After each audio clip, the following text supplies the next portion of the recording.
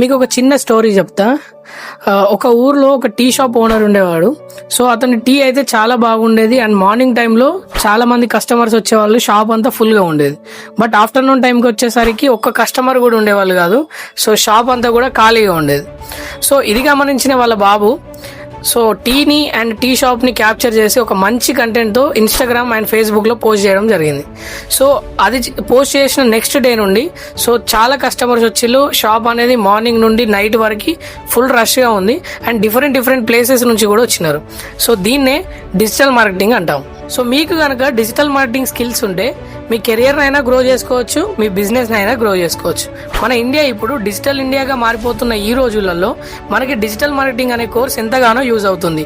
ఈ digital marketing అనే course never ending process and ఏఐతో రిప్లేస్ అవ్వకుండా ఉంటుంది. మీరు ఈ కోర్స్ కనుక ట్రయో ద్వారా నేర్చుకోవాలి అనుకుంటే మన దగ్గర తెలుగులో ఆన్లైన్ అండ్ ఆఫ్లైన్ బ్యాచెస్ అయితే రన్ అవుతున్నాయి. సో ఇంకా మోర్ డీటెయిల్స్ కోసం కింద నంబర్ మెన్షన్ చేస్తున్న నంబర్కి కాంటాక్ట్ అవ్వండి. Thank you.